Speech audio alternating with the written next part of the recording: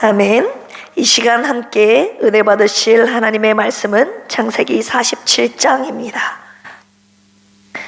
구약성경 창세기 47장 8절에서 9절까지 말씀입니다. 다 찾으셨으면 제가 하나님의 말씀 봉독해 올리겠습니다. 바로가 야곱에게 묻되 내 나이가 얼마냐? 야곱이 바로에게 아뢰되 내 나그네 길의 세월이 130년이니이다. 내 나이가 얼마 못되니 우리 조상의 나그네 길의 연주에 미치지 못하나 험악한 세월을 보내었나이다 하고. 아멘. 오늘 말씀의 제목입니다. 나그네 길 기근 속에서. 우리 2달여간 매일 창세기를 묵상하면서 어쩌면 우리 인생길과 왜 그렇게 똑같은지, 우리 인생의 나그네 길과 같이 왜 그렇게 환난과 고초가 많은지 이 찬양이 딱 생각나더라고요. 세상에서 당하는 환난 고초 많으나, 이 찬양이 창세기를 읽으면서 아브람과 이삭과 야곱과 요셉의 삶을 쭉 들여다보면서 그들의 인생 가운데 펼쳐진 환난과 고초, 고난, 기근의 때를 묵상하면서 이 찬양이 생각났습니다. 오늘 본문 창세기 47장 8절에서 9절까지 야곱이 바로에게 내 나그네 길 세월이 130년인데 이 험악한 세월을 보냈나이다 라고 말하고 있지 않습니까? 험악한 세월, 야곱의 130년의 인생을 한마디로 요약해주고 있는 문장, 그의 표현 아니겠습니까? 창세기를 보시면 창세기 속에서 얻을 수 있는 주제가 굉장히 많이 있습니다. 창조와 타락, 하나님의 주권과 언약, 하나님의 구원과 심판 등 여러 가지 묵상 주제가 있지만 오늘 특별히 나그네 길 기근 속에서 라는 제목으로 함께 은혜 받기를 주님의 이름으로 축원합니다. 주님께서 필그림 교회 우리 성도님들 가운데 저를 포함해서 기근 속에 있는 자들이 많이 있다고 하셨거든요. 오늘 기근 속에서 하나님께서 주시는 교훈들을 잘 배우고 하나님께서 주시는 지혜와 인내로 이 기근의 때를 잘 승리하시는 저와 여러분들이 되기를 주님의 이름으로 축원합니다. 첫 번째, 인생의 나그네 길에 주님이 말씀하시기를 인생의 나그네 길에 기근의 때가 꼭 있다라고 주님이 말씀하고 계시는 겁니다. 창세기를 읽으면서 아브라함도 그랬고 이삭도 그랬고 야곱도 요셉도 기근의 때가 있다는 것을 주님이 첫 번째로 묵상하게 하셨습니다. 창세기 12장 10절입니다. 아브라함 때에 말하는 거예요. 하나님의 말씀대로 자기가 있던 곳 하란을 떠나, 갈대아 우르를 떠나 하나님이 약속하시는 가나안 땅에 들어갔다 이 말입니다. 그런데 그 가나안 땅에 기근이 들었다고 표현하고 있습니다. 그 땅에 기근이 들었으므로 아브라함이 애굽에 거류하려고 그리로 내려갔으니 이는 그 땅에 기근이 심하였음이라. 아브라함도 그가 살던 때 하나님께서 약속하신 그 땅에 갔지만 그 땅에 여지없이 다가온 기근이 있었다고 주님이 말씀하고 있습니다. 그의 아들 이삭의 때에도 기근이 있었어요. 우리 창세기 26장 1절에 보시면 아브라함 때에 첫 흉년이 들었더니 그 땅에 또 흉년이 들매 이삭이 그랄로 가서 블레셋 왕 아비멜렉에게 이르렀더니, 아버지 아브라함 때에도 흉년 기근이 들었는데 그의 아들 이삭의 때에도 또 흉년 기근이 든 것입니다. 그리고 그의 또 아들인 야곱, 그의 아들인 요셉의 때에도 여지없이 기근이 들어있는 우리 모습을 볼 수 있습니다. 창세기 41장 53절에서 57절까지 읽어드리겠습니다. 애굽 땅에 7해 풍년이 그치고 요셉의 말과 같이 7해 흉년이 들기 시작하매 각국에는 기근이 있으나 애굽 온 땅에는 먹을 것이 있더니 애굽 온 땅이 굶주림에 백성이 바로에게 부르짖어 양식을 구하는지라. 바로가 애굽 모든 백성에게 이르되 이르되 요셉에게 가서 그가 너희에게 이르는 대로 하라 하니라. 온 지면에 기근이 있음에 요셉이 모든 창고를 열고 애굽 백성에게 팔세. 애굽 땅에 기근이 심하며 각국 백성도 양식을 사려고 애굽으로 들어와 요셉에게 이르렀으니 기근이 온 세상에 심함이었더라. 요셉의 때, 그리고 같이 동시대를 살고 있는 야곱, 땅에도 온 전국의 땅에 기근이 임하게 된 것입니다. 그리고 창세기 42장 5절에 보시면 이스라엘의 아들들이, 야곱을 말하고 있는 겁니다. 야곱의 아들들이 양식을 사러 간 자 중에 있으니 애굽으로 곡식을 사러 간 거예요. 왜요? 가나안 땅에 기근이 있음이라. 한마디로 무엇을 말하고 있는 것입니까? 아브라함, 그의 아들 이삭, 그의 아들 야곱, 그의 아들 요셉, 그리고 그의 아들, 12아들들 살았던 그 시대, 여지없이 찾아오는 인생의 기근의 때가 있다고 주님이 말씀하고 있는 것입니다. 기근이라는 건 뭐예요? 식량이 없어 굶주리는 걸 말하잖아요. 진짜 먹을 것이 없어서 굶주리는 때가 있다고 주님이 말씀하시는 거예요. 그런데 성경에서는 이 비단 먹을 것이 없는, 이 식량이 없는 굶주리는 것을 기근이라 말하지 않고요, 모든 삶의 환경 속에서 육체의 질병을 가졌다면 육체의 기근이 임한 것이고, 물질이 없다면 물질의 기근이 임한 것이고, 또한 관계가 끊어지면 관계의 기근이 임한 것이고, 또한 여러 가지 정신적인 그리고 영적인 기근의 때가 있다고 주님이 성경을 통해서 말씀하고 계시는 겁니다. 아브라함과 요셉, 아브라함부터 쭉 시작된 아브라함, 이삭, 야곱, 요셉의 삶을 한번 머릿속에 돌이켜 보십시오. 그들이 단지 식량에 굶주린 기근 속에서만 허덕인 것이 아니라 목숨의 위협을 느꼈던 두려움 가득했던 그들의 인생을 보십시오. 내 것을 빼앗겼던 억울함을 당했던 그들, 목숨의 위협 속에서 도망 다녔던 그들, 아들을 잃어버린 슬픔, 그리고 딸이 강간을 당한 수치와 절망감으로 가득했던 그 야곱의 인생, 그리고 요셉의 삶을 보시면 형들로부터 미움을, 시기를 당하여 죽임의 위협을 당하고 구더기 속에 던져지고 애굽에 팔려가고, 또한 거기서 억울한 누명을 써서 감옥에 들어가는 사건 등 인생의 삶 속에 온갖 기근이 가득한 그들의 삶을 통해서 이 인생의 삶, 나그네의 삶을 살아가는 우리에게는 반드시 기근의 때가 있다라고 주님이 말씀하고 계십니다. 생각해 보십시오. 하나님 나라의 언약의 백성인 그들이 두려움과 절망, 수치, 그리고 슬픔, 분노 가득한 온갖 기근 속에 살아갔던 그들의 내용을 묵상하면서 저는 이런 질문이 제일 먼저 나오더라고요. 여러분도 그렇지 않았습니까? 하나님께서 당신은 자녀들과 당신의 백성들과 약속하신 그 언약의 백성들에게는 기근이 임하지 않아야 되는 건 아닙니까? 하나님께서 약속하신 그 땅으로 가라고 말씀에 순종하여 갔는데 그 땅에는 기근이 없어야 되는 거 아닙니까? 그런데 그 땅에 기근이 있었다고요. 그리고 하나님이 언약하신 그 백성들에게도 여지없이 단지 양식의 기근뿐만이 아니라 삶의 온갖 기근이 그들의 삶 가운데 펼쳐졌던 창세기를 묵상하면서 이런 질문을 해봤습니다.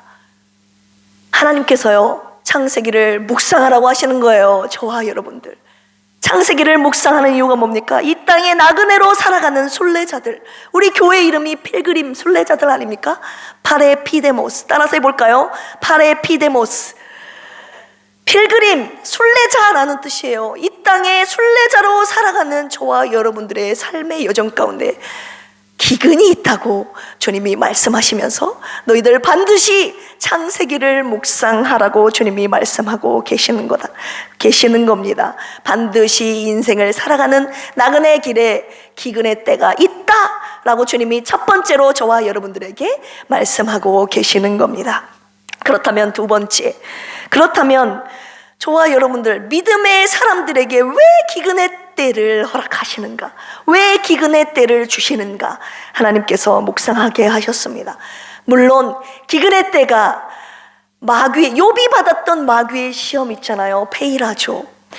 실족하게 하려는, 믿음을, 하나님께 대한 믿음을 저버리게 하는 그런 마귀의 시험 때문에 오는 기근도 분명히 있다고 성경은 말하고 있습니다.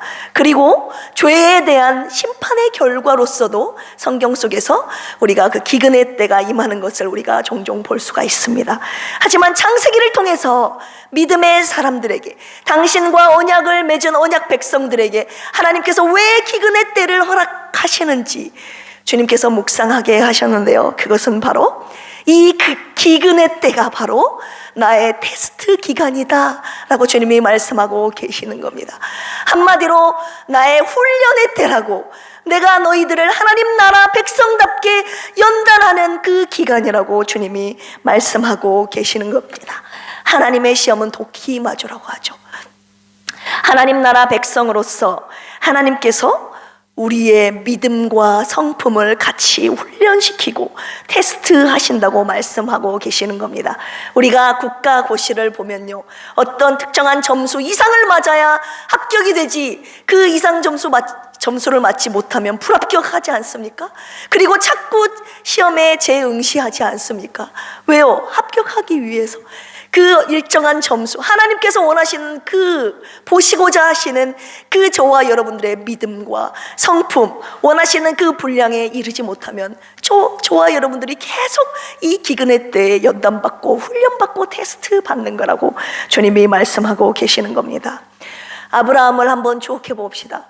아브라함이 75세 때 하나님께 부르심을 받았습니다.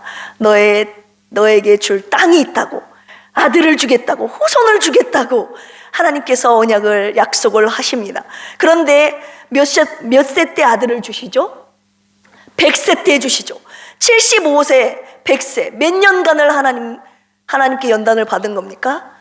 25년간을 하나님께 이 믿음의 훈련, 연단을 받는 것입니다. 이 믿음의 때를 쭉 통과를 하면 어떻게 좋았겠습니까? 우리가 믿음의 조상이라고 아브라함을 말하고 있지만요, 아브라함이 한 번의 믿음이 그렇게 성숙한 사람이 아니었습니다. 왜냐하면 저와 여러분들이 잘 알고 있듯이 기근이 왔을 때 애굽으로 내려갔고, 그리고 75세 때 아들을, 후손을 주시겠다는 약속을 하셨는데 10년이 지난 85세 때 사라와 아브라함이 못 참고 사라의 여종이었던, 애굽의 여종이었던 하갈을 아브라함의 첩으로 내어주지 않습니까? 그래서 그 아브라함과 그 하갈 사이에 이스마엘이 태어나지 않습니까? 하나님의 약속의 때를 기다리지 못하고 번번이 실패하고 또 쓰러지는 연약한 모습을 이 아브라함도 보여줬다 이 말입니다. 하지만 결국 25년째 하나님께서 드디어 그에게 약속하신 아들 이삭을 아들로 선물로 주시는 내용을 우리가 보지 않습니까? 그리고 아들을 이삭을 주셨어도 하나님께서 또 한 가지 시험을 하시는 거 우리 12장에 잘 알고 있지 않습니까? 하나님을 더 사랑하고 경외하는지, 아니면 너의 하나밖에 없는 독자 아들 이삭을 더 사랑하는지 하나님께서 보시고 싶어 하셨던 거죠. 그래서 아들을 이삭을 제물로 갖다 바치라고 했을 때 아브라함이 누구를 선택합니까? 하나님을 선택합니다. 하나님의 말씀에 순종하는 것을 그는 선택하고 순종하죠. 하나님께서 이것을 보시고 싶어 하셨던 거예요. 그래서 그 테스트에 아브라함은 통과하게 됩니다. 이삭을 보십시오. 사람들에게 아버지가 판 우물, 그리고 자신이 판 우물을 3번이나 빼앗겼습니다. 이건 뭡니까? 하나님께서 나는 우물을 선택하지 않겠다, 하나님이 지금 나와 함께 하시는 그 믿음을 이삭은 가지고 있었던 거예요. 그래서 그들이 내가 판 우물을 빼앗았다 할지라도 흔쾌히 그들에게 양보하고 나는 다른 곳에 가서 계속 우물을 팔 수 있었던 이유가 뭡니까? 하나님이 함께 하신다는 믿음이 이삭에게 있었던 것 아니겠습니까? 3번을 걸쳐가면서 이삭은 하나님께 그 믿음을 보여드렸던 것 아니겠습니까? 야곱을 보십시오. 아버지와 형을 속여서 장자의 명분을 빼앗은, 속인 이 야곱에게 하나님께서 정직, 충성을 몇 년간 훈련시키십니까? 14년 동안 훈련을 시키시는 겁니다. 그리고 하나님께 예배하고 기도하는 훈련을 평생을 걸쳐서 야곱을 훈련시키신 것을 보십시오. 요셉을 보십시오. 억울한 고난 속에서 그에게 훈련시키신 건 무엇이었습니까? 어떠한 상황 속에서도 정직을 훈련시키셨고, 충성, 성실함, 그리고 형제들에 대한 용서, 그리고 그 긴 시간 17세에 팔려가 40세에 애굽의 총리가 됐으니까 23년간을 그 기근 속에서 인내라는 하나님의 귀한 성품을 하나님께서 연단시키시고 훈련시키신 것 아니겠습니까? 인생의 기근의 때를 통해 하나님께서 이 세 가지의 영역을 훈련시키시고 계시는데요, 하나님 나라의 백성으로서 이 땅에 살아가는 동안에 반드시 필요한 훈련이라고 주님이 말씀하고 계시는 겁니다. 하나님께 대한 믿음의 영역을 하나님께서 첫 번째로 훈련을 시키시는 겁니다. 어떠한 순간 속에서도 하나님 앞에 예배하는 길, 하나님께 기도하고 하나님의 말씀을 붙잡는 그 삶을, 그 믿음의 삶을 하나님께서 훈련시키시는 겁니다. 이거는 당연한 거예요, 여러분. 하나님 나라에서 하나님을 왕으로, 주인으로 잘 섬기는 훈련을 이 땅에 사는 동안에 하나님께서 하시는 겁니다. 그리고 사람들과의 관계에서 하나님께서 성품 훈련을 시키시는 겁니다. 사랑하고 용서하는 일을 하나님께서 계속 훈련을 시키시는 거예요. 사람 사이에 화평을 이루는 일들을, 화목하게 하는 일들을 하나님께서 계속, 서로 섬기는 일들을 하나님께서 사람의 관계 속에서 저와 여러분들의 성품을 훈련시키시는 겁니다. 이것도 하나님 나라의 소속으로서 당연한 겁니다. 하나님만 왕으로서, 주인으로서 저와 여러분들을 통치하시면 됩니까? 저와 여러분들 사이에서는 막 미움과 다툼이 가득한 그런 나라가 여러분 하나님이 원하시는 나라입니까? 아닙니다. 하나님을 왕과 주인으로서 잘 섬길 뿐더러 하나님 나라의 백성인 저와 여러분들이 서로를 사랑하고 섬기고 화목하는 훈련을 하나님이 이 땅에 사는 동안에 저와 여러분들의 삶 가운데 여지없이 훈련시키신다는 것을 주님이 가르쳐주고 계시는 겁니다. 또 하나는 저와 여러분들에게 맡겨진 일을 어떻게 하느냐, 일과 그 다음 주어진 상황에 대해서 어떻게 처리하는지를 하나님이 보시고 계시는 겁니다. 어떤 상황 속에서도 내가 정직한지, 어떠한 상황 속에서도 사람이 있든 없든, 주인이 있든 없든 하나님 앞에서 정직한지, 성실한지, 충성스러운 종인지, 그리고 인내하는지, 감사하는지 등 하나님께서 자신이 맡기신 모든 일들에 충성하는 그런 태도를 저와 여러분들에게 훈련하고 계시는 겁니다. 여러분, 지금 이 땅에 사는 나그네 이 길에서 이 세 가지 영역 훈련받지 못하고 세 가지의 영역을 잘 못하는데 천국에 가서 갑자기 잘할 수 있다고 생각하십니까? 주님이 아니다라고 말씀하시는 거예요. 이 땅에서 하나님을 왕으로, 주인으로 잘 섬기지도 못하고 하나님의 말씀에 따르지도 못하는 사람이 어떻게 천국에 가서 하나님의 말씀을 따릅니까? 하나님의 말씀을 절대적으로 복종하고 따르는 자들이 가는 곳이 하나님 나라라고 주님이 말씀하시는 거예요. 이 땅에서 서로 미워하고 투기하고 용서하지 못하고 싸우는데 하나님 나라에 가면 딱 서로 사랑합니까, 여러분? 아니에요. 이 땅에서 사는 동안에 하나님의 사랑으로 사랑하고 용서하고 서로 사랑하고 섬기는 이런 훈련을 잘 받고 그 훈련에 통과하는 사람이 가는 곳이 바로 저 하나님 나라 아니겠습니까? 그리고 하나님이 맡기신 일에 충성스러운 종으로 잘 맡기신 일에 유익하게 많은 것을 남겨드리는 그 자들이 가는 곳이 바로 하나님 나라라고 주님이 말씀해 주셨습니다. 세 번째입니다. 하나님께서 나그네 길 기근 속에서 이 연단의 시간들을 통해서 저와 여러분들에게 원하시는 그 모습, 그 분량이라고 할까요? 그 기준이 있어요. 기대하시는 그 기준의 모습이 있는데요, 그것을 세 가지로 간단하게 주님이 주신 말씀을 간단하게 나누길 원합니다. 첫 번째로는요, 욥기서 23장 10절입니다. 그러나 내가 가는 길을 그가 아시나니 그가 나를 단련하신 후에는 내가 순금같이 되어 나오리라. 하나님께서요, 기근의 때를 통해서 저와 여러분들을 어떻게 연단하시기를 원하시냐? 따라서 해볼까요? 순금 그리스도인이 되기를 주님은 원하고 계십니다. 여기서 그가 나를 단련하신 후에는, 단련하다는 말씀 여러 번 설명해 드렸습니다. 바한이라는 단어인데요, 히브리어로 테스트, 시험하다, 조사하다, 증명하다 라는 뜻이 있어요. 이 시험을 통해서 여기에 적격한 자인지 테스트를 한다는 거예요. 그리고 또 한 가지의 뜻이 있으니 그건 정련하라 라는 뜻이 있습니다. 뭔가 불순물이 있으니 자꾸 녹여서 불순물을 제거하는 작업을 하는 것이 정련이라는 뜻 아닙니까?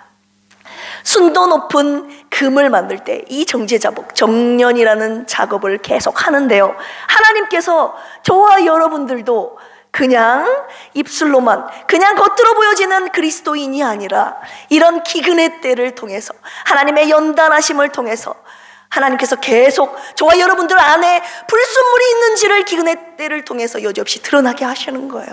나는 평상시에 믿음이 있는 줄 알았다 이 말이에요. 하나님의 말씀을 수없이 들어서 나는 믿음이 있다 그 말이에요. 나는 사랑도 하고, 나는 감사할 줄 알고, 나는 섬기고, 나는 어떠한 시험의 때도 하나님의 말씀에 이길 줄 알았다 이 말입니다. 그런데 여지없이 양식의 기근의 때, 물질의 기근의 때, 건강의 기근의 때, 정신적인 관계의 기근, 영적인 기근의 때가 오니 여지없이 무너지는 나의 믿음, 하나님께 대한 불신과 의심이 내 안에서 솟아나오는 나의 모습을 보면서 내 안에 아직도, 네 안에 아직도 불순물이 있구나, 불신이라는, 의심이라는 불순물이 있구나라는 것을 주님도 하시고 저와 여러분도 발견하게 하시는 거예요. 자꾸 어떤 마음에 들지 않는, 원치 않는 상황이 생기면 감사하기보다는, 모든 것을 합력해서 선을 이루시는 하나님의 말씀을 신뢰하면서 감사하기보다는 왜 그렇게 원망과 불평이 내 입술과 삶 가운데 생각 속에 튀어나오는지, 하나님은 이 기근의 때를 통해서 네 안에 아직도 원망 불평이 있구나, 나를 신뢰하지 못하는 불순물이 많이 쌓여 있구나, 남들을 내가 이제 사랑하겠습니다, 저 원수도 사랑하겠습니다, 수만 번 주님 앞에 회개하고 결단했지만 여지없이 나에게 말을 함부로 내뱉는 자들, 나에게 해를 입히는 자들, 해를 특별히 입히지도 않았는데 괜히 주위의 이웃에게, 가족에게, 남편에게, 아내에게 서운한 마음이 들고 속상한 마음이 들고 용서하지 못하는 마음이 드는 거 무엇입니까? 네 안에 아직도 사랑하지 못하는 불순물이, 미움이 네 안에 있다라고 주님이 말씀하고 계시는 겁니다.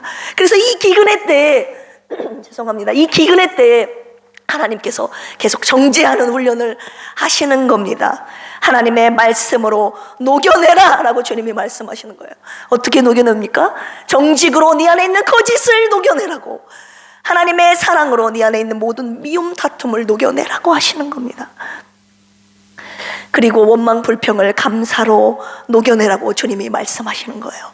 이것이 바로 기근의 때에 하나님께서 저와 여러분들에게 순금 그리스도인으로 계속 정련의 정죄 훈련을 해나가시는 방법이라고 첫 번째 가르쳐 주셨습니다.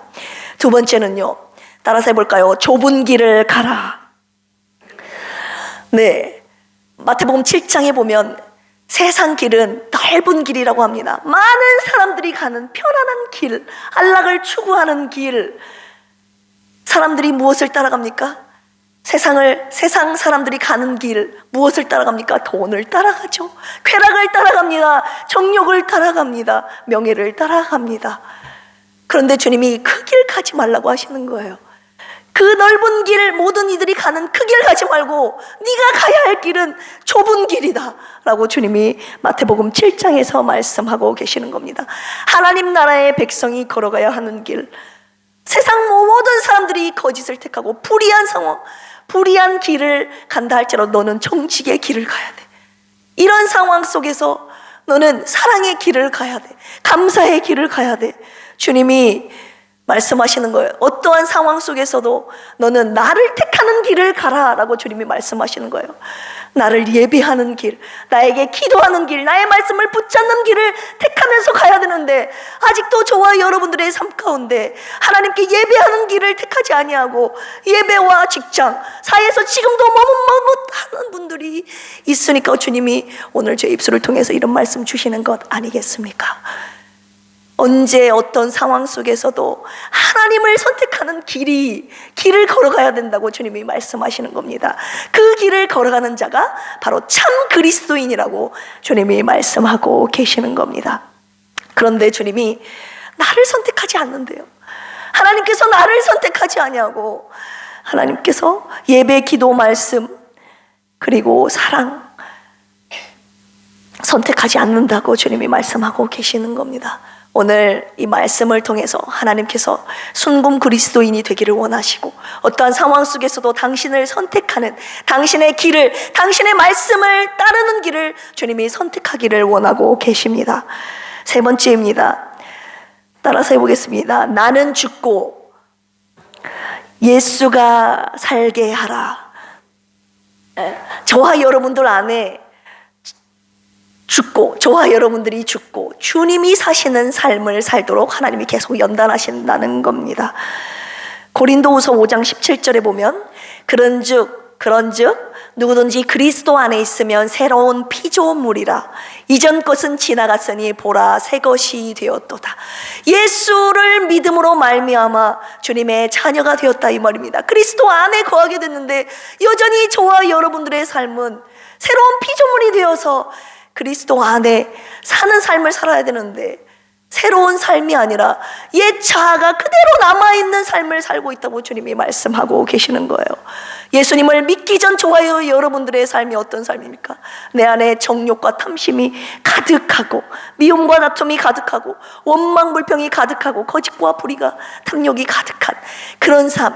예수님을 믿고 난 이후에 어떤 삶을 살아야 됩니까?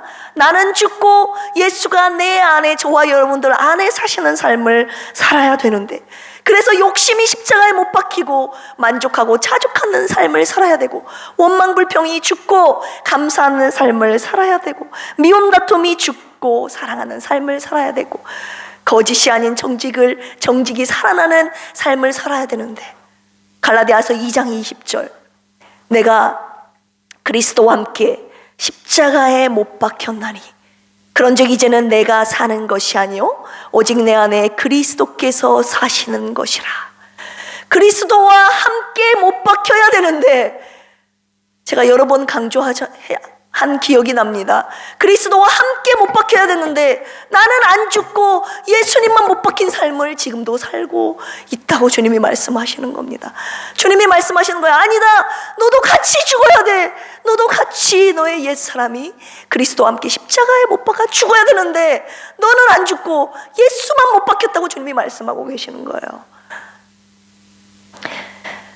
그런즉 이제 내가 산 것이 아니요 예수 그리스도께서 사신 것이라.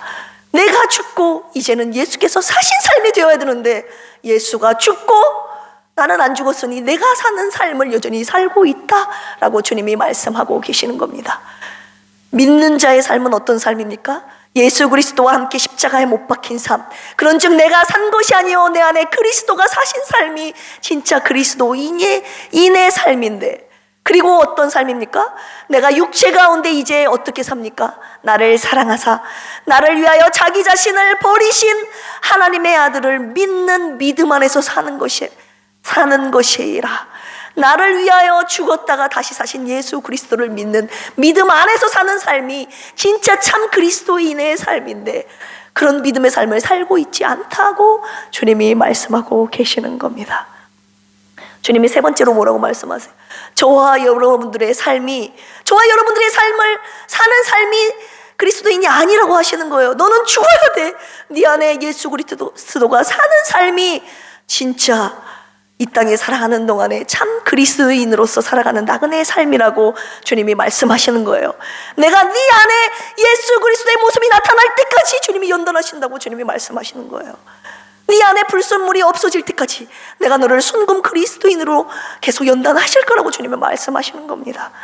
저와 여러분들이 계속 넓은 길을 택하니까 그 길로 가면 안 된다고, 너는 좁은 길을 택하면서 나를 선택하면서 살으라고 주님이 좁은 길을 선택할 때까지 주님이 저와 여러분들에게 기근의 때를 계속 허락하시는 겁니다.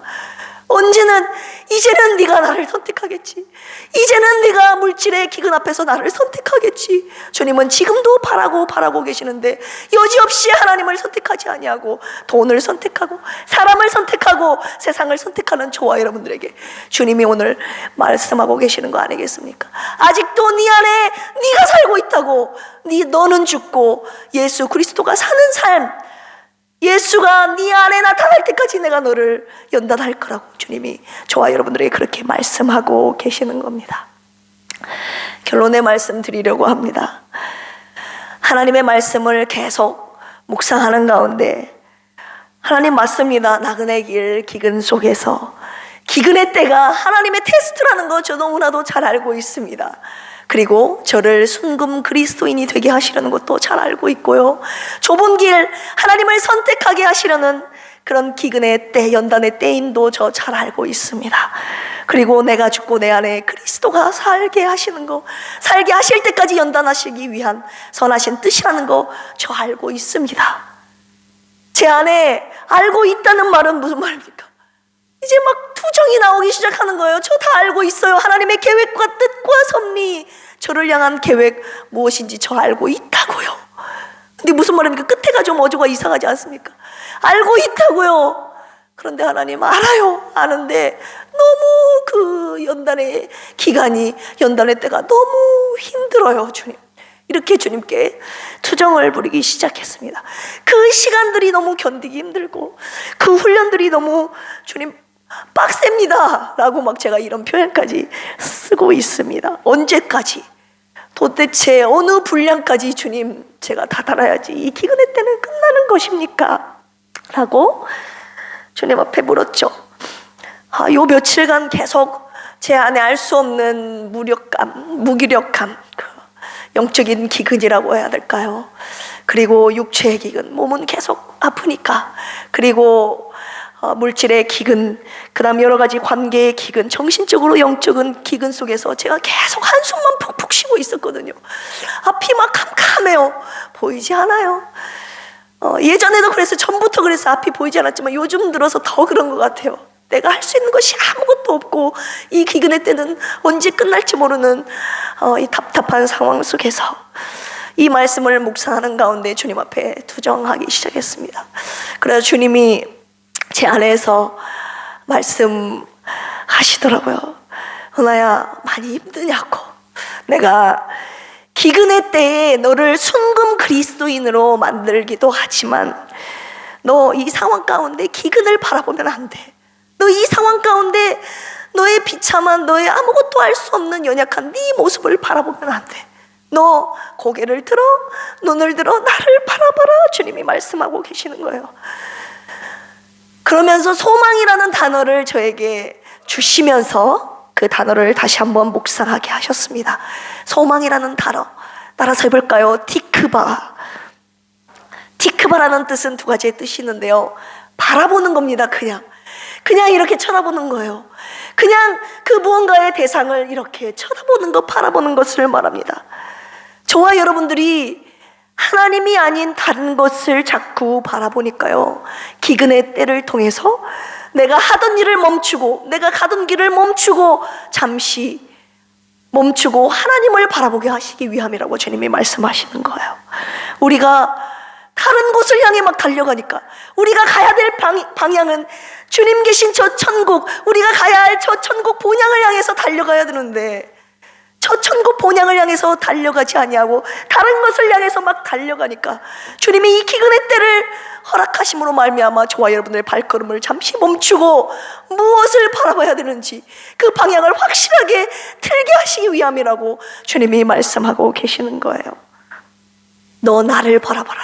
그리고 네가 가야 할 방향을 확실하게 바라보고 달려나가라. 주님이 말씀하고 계시는 겁니다. 바라보다 라는 이 뜻을 통해서 제가 잠시 숙였던 고개를 들고 주님을 바라보기 시작했습니다. 그리고 나서 주님이 네가 가야 할 방향을 확실하게 조준하고 달려가라고 하니까 뭔가 캄캄했던 어둠 속 같은 터널이 뭔가 하나의 불빛이 오는 것 같습니다. 그 불빛이 뭔지 알아요? 하나님께서 저 천국에서 저에게 여지없이 쏘고 계시는 주님의 소망의 불빛이었음을 제가 알게 됐습니다. 바라보다라는 뜻과 더불어 또 한 가지 뜻이 있는데요, 끈이라는 뜻이 있다고 제가 여러 번 말씀드렸습니다. 끈, 주님이 뭐라고 말씀하세요? 어떤 상황 속에서도 내가 너에게 던진 이 끈을 놓지 말라고 주님이 말씀하고 계시는 거예요. 아브라함과 이삭과 야곱과 요셉이 내가 던져준 이 끈을 놓지 않고 그들의 인생길을, 나그네 길을 걸어갔다고. 그래서 그들이 끝까지 인내할 수 있었고 승리할 수 있었던 비결이 바로 이 끈을 놓지 않는 데 있었다고 주님이 말씀해 주셨습니다. 그러면서 절대 내가 던져준 이 끈을 놓지 않고 붙잡고 나아가는 이 인생 길이 나그네 길이라고 주님이 말씀해 주셨습니다. 주님이 던져주신 그 소망의 끈을 놓지 않고 걸어나가는 길이 저와 여러분들이 걸어나가야 할 그리스도인의 인생 길이라고, 순례자의 길임을 주님이 말씀해 주셨습니다. 오늘 이 말씀을 통해서 주님이 저에게 두 가지를 전하라고 하시는 겁니다. 지금도 이름만 무늬만 그리스도인이라고, 그리스도인인 자들에게 주님이 이 말씀 전하라고 하시는 거예요. 좁은 길을 가지 않는 자들에게 좁은 길을 선택하라고, 예수님을 선택하라고, 예수님이 살아있는 참 그리스도인이 되라고 주님이 첫 번째 저에게 전하라고 하셨고요. 두 번째는 좁은 길을 걸어가고 있지만 아직도 여전히 너처럼 힘들어하고 울면서 주저하고 좌절하고 있는 이들에게 위로의 말씀을 전하라고 하시는 거예요. 이 소망의 말씀을 전하라고 하시는 거예요. 저와 여러분들이 당하고 있는 이 기근의 때, 기근을 바라보지 말고 앉아 울고 있는 형편없는 저와 여러분들의 신세를 바라보지 말고 눈을 들어 하나님을 바라보라고 하셨습니다. 하나님께서 던져주시는 끈을 놓지 않고 소망의 노래를 부르면서 이 길을 묵묵히 걸어가라고 주님이 말씀하셨습니다. 오늘 저와 여러분들 필그림 교회, 순례자의 교회, 나그네 길 기근 속에서 순군 그리스도인으로 우리 함께 연단받으며 함께 이 좁은 길을 걸어나가며 함께 주님만을 선택하면서 나는 죽고 예수가 우리 안에 사시는 이 길, 나그네 길 함께 걸어나가시지 않겠습니까? 그리고 오직 함께 하나님만을 바라보며, 같은 곳을 바라보는 거죠. 함께 하나님을 바라보며 하나님께서 던져주신 이 소망의 끈을 놓지 않고 우리가 가야 할 저 천국 본향을 향해서 함께 손잡고 걸어나가는 저와 여러분들이 되기를 주님의 이름으로 축원합니다. 그리하여서 이 시대의 진정한 참 순례자의 교회, 우리 필그림 교회가 되기를 주님의 이름으로 축원합니다. 함께 기도하시겠습니다. 하나님 아버지 감사합니다. 오늘 인생의 나그네 길, 기근 속에서 하나님 주님의 연단이 있고 우리를 순금 그리스도인이 되게 하시려, 그리고 언제나 하나님을 선택하는 좁은 길을 걸어나가게 하시려고, 그리고 우리로 하여금 나는 죽고 예수로 살게 하시는 이런 참 그리스도인이 되게 하시려고 우리에게 기근의 때를 허락하신다는 것을 가르쳐 주셨습니다. 하나님, 너무 힘이 들고 너무 어려운 이때 하나님 절망하고 있는 저희들에게 하나님 주님을 바라보라는 소망의 말씀 주셨습니다. 하나님, 아직도 좁은 길을 걷지 않는 자들에게 좁은 길을 걸어나가는 회개하라는 주님의 말씀 주셨고, 하나님 절망하고 좌절하지 아니하고 소망 되신 주님을 바라보며 주님 던져주신 끈을 붙잡고 이 길 묵묵히 걸어나가라고 오늘 이 소망의 말씀 주셨사오니 우리 필그림 성도들 함께 손잡고 이 필그림의 여정을 감사와 인내로 걸어나가는 우리 모두가 되게 하여 주시옵소서. 이 시간에 하나님께서 주신 귀한 말씀 감사하여, 주신 아버지 은혜에 감사하여 귀한 예물 주님 앞에 올려드리오니 주님의 나라와 영광을 위하여 선하고 아름답게 사용하여 주시옵소서. 감사하며 예수님의 이름으로 기도합니다. 아멘. 찬송가 491장 저 높은 곳을 향하여 함께 찬양하시면서 준비한 예물 올려드립니다.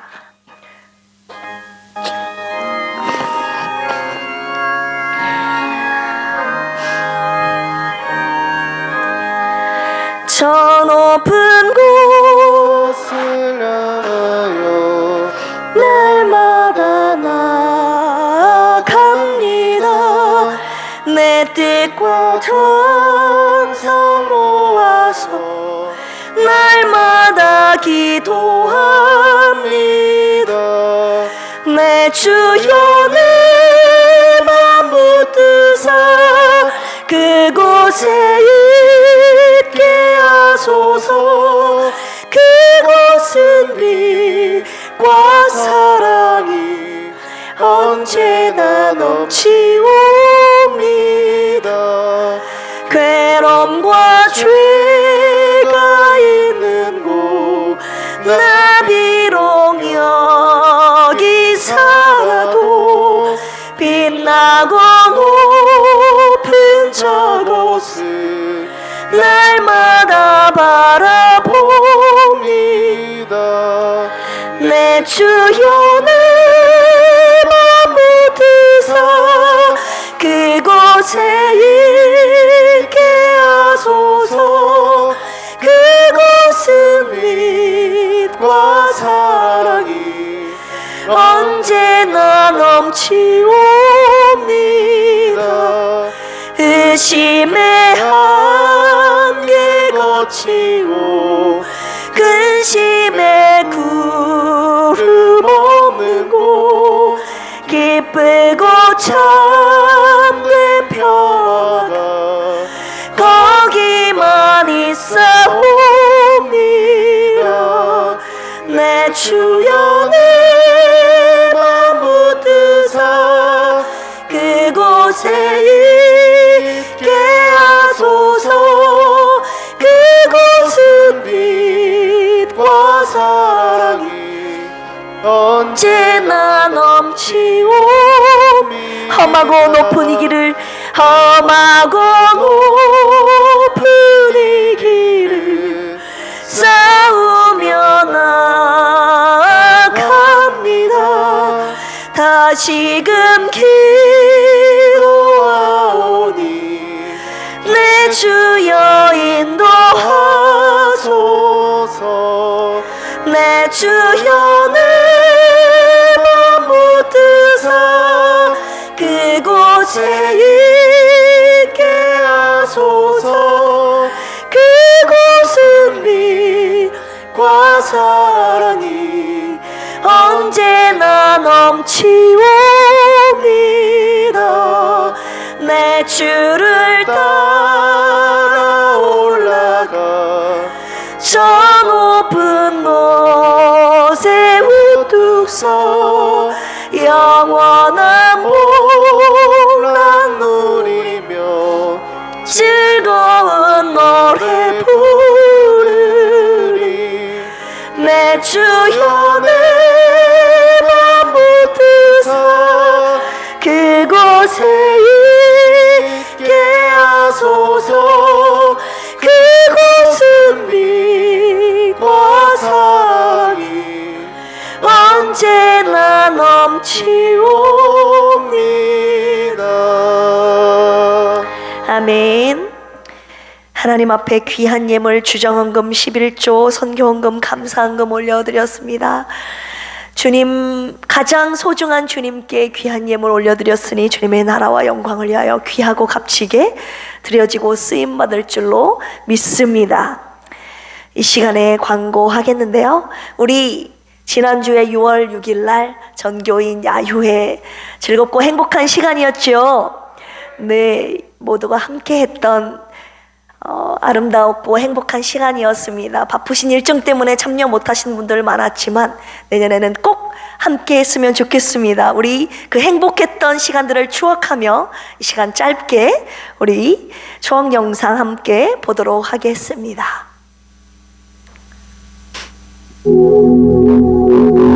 우리 함께 손잡고 가세. 조금 느리고 어려울지라도 주님 부르신 그 감격 붙잡고 손잡고 함께 가세.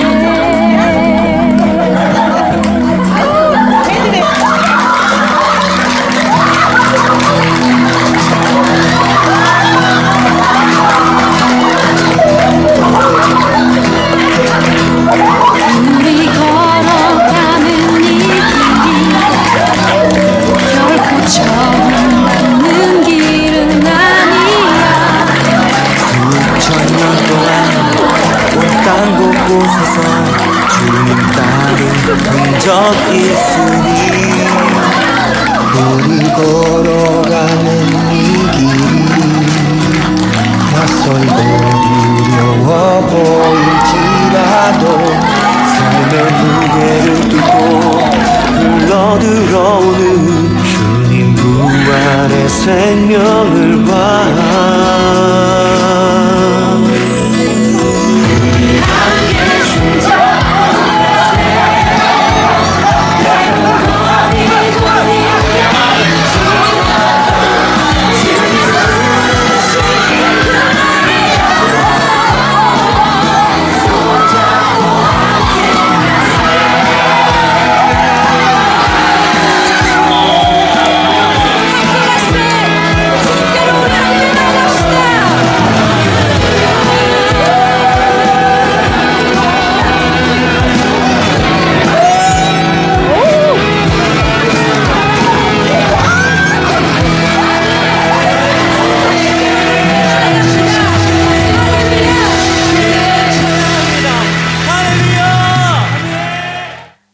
할렐루야. 그때 추억들이 생각나시죠? 하나님께서는요, 여러분들, 저와 여러분들이 온전한 하나님의 백성이 되기를 원하십니다. 당신과의 관계 속 하나님께 예배만 잘 드리는 그리스도인 되기를 원하시 않으신다고요. 하나님 나라의 소속은 반드시 그 나라의 백성. 왜 교회를 이루십니까? 당신이 머리고 저와 여러분들은 그분의 몸 지체라고 했어요. 저와 여러분들이 하나 되는 것을 세상 가운데 나와 보여주는 것이 바로 진정한 당신이 원하시는 참 교회의 모습인데, 하나님께 드리는 예배, 전도, 봉사 다 중요해요, 골고루. 그런데 이 코이노니아 서로 지체가 된 저와 여러분들이 교제가 없다면 이건 하나님이 원하시는 온전한 교회의 모습이 아니라 이 말입니다. 이것이 우리 교회 하나님께서 특별히 원하시는 부분이니 우리가 교회에서 하나 된 교제 프로그램을 할 때 꼭 빠짐없이 하나님과의 관계도 중요하지만 성도들과의 관계, 주님의 사랑과 은혜를 나누는 이 교제 나눔 시간에도 여러분들이 힘을 내서 함께 해주시는 저와 여러분들 되기를 주님의 이름으로 축원합니다. 내년에는 꼭 다 함께 가시기를 원합니다. 우리 옆에 계신 분들과 내년에는 꼭 갑시다 라고 인사해 볼까요? 네, 다 가신다고 하셨습니다. 네, 오늘 광고 말씀드리겠습니다. 12시 40분에 레마관에서 원로 목사님과 성경 공부가 있습니다. 그리고 오후 예배 후에는 남녀 선교회 원래 및 대청소가 있고요, 로뎀나무 쉼터 공사를 시작합니다. 그리고 매일 새로 고침 153 성경 묵상, 이제 창세기가 끝나고 출애굽기 들어가고 있는데요, 여러분 오픈 채팅방을 통해서 함께 해 주시기를 원합니다. 교구 모임 매월 한 번 있고요, 1교구 모임은 매주 수요일 오후 5시에 있습니다. 환우들을 위한 중보기도 부탁드립니다. 여기에 써져 있는 분들을 위해서 늘 새벽마다 위해서 기도하고 있는데요, 특별히 이 자리에 오늘 참석 못하신 우리 김수경 사모님께서 갑작스런 대상 포진으로 급하게 입원 중에 계십니다. 여러분들 기도해 주시기를 주님의 이름으로 부탁드립니다. 이 시간에 그리고 교회에 와보시면 화단이 깨끗하게 정리가 되어 있고 이쁜 꽃들이 심겨진 거 여러분 보셨죠? 저는 누가 이런 아름다운 손길을 누가 했을까 했더니 우리 왕정원 집사님이 화단을 그렇게 정리해 주시고 하셨다고 합니다. 우리 모두를 위해서, 섬긴 분들을 위해서 박수 쳐 주시길 바랍니다. 네, 감사합니다. 주님께서 주신 이 건강, 주님 믿는데, 교회를 세우는데 쓰여지는 우리 왕정한 집사님의 생애가 되기를, 김희숙 집사님 부부가 되기를 주님의 이름으로 축복합니다. 우리 야유회 때 너무나도 헌신하신 분들이 계세요. 이름 없이 빛도 없이 섬기신 분들을 위해서 우리 함께 또 박수할까요? 네, 이분들이 계셨기 때문에 우리가 함께 연합할 수 있었습니다. 감사합니다. 이 시간 우리 다음 세대를 위해서 함께 기도하고 찬양하고 우리 축도하고 마칠게요. 우리 다음 세대들은 가슴에 손을 얹고, 하나님 아버지 감사합니다. 우리 필그림의 미래들입니다. 하나님, 저들이 하나님께 붙잡힌 바 된 이들의 생애가 되게 하여 주시옵소서. 세상의 넓은 길로 가지 아니하고 하나님께서 주시는 이 소망의 끈을 놓지 아니하고 언제 어떤 상황 속에서도 하나님을 선택하며 나아가는 이들의 신앙이 되게 하여 주시옵소서. 우리 모두가 오늘 주신 말씀 속에서 인생의 때 기근 속에서 하나님의 연단하심을 아버지 기쁘게 받아들이며 하나님을 향한 이 소망의 노래를 부르며 기쁨으로 다 함께 걸어나가는 필그림의 순례자들이 다 되게 하여 주시옵소서. 감사하며 예수님의 이름으로 기도합니다. 아멘. 이 시간에 찬송가 484장 내 맘에 주여 소망 되소서, 이 소망의 노래를 부르시며 우리 함께 걸어나가기를 원합니다.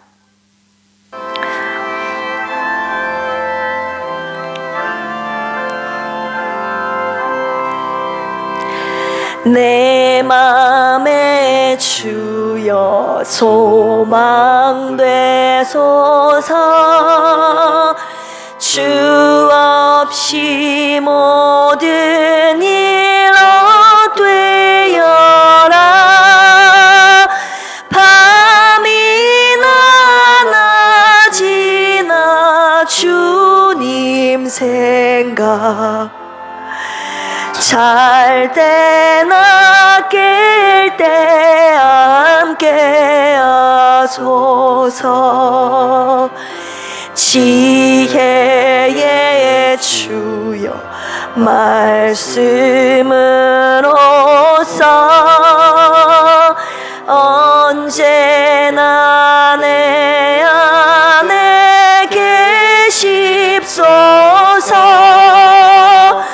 주는 내 아버지 나는 아들,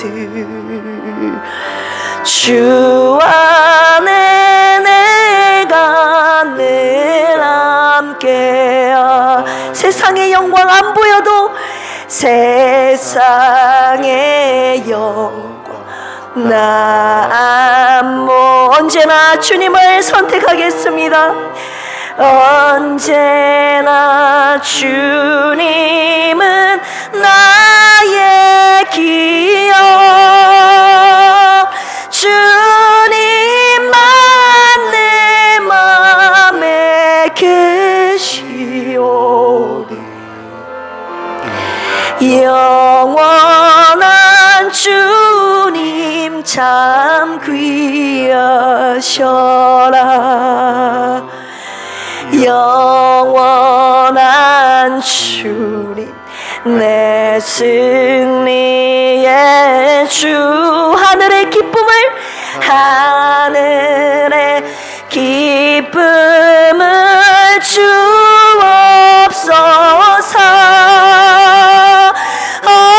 어떠한 고난이 닥쳐와도 만유의 주, 만유의 주여 소망 되소서.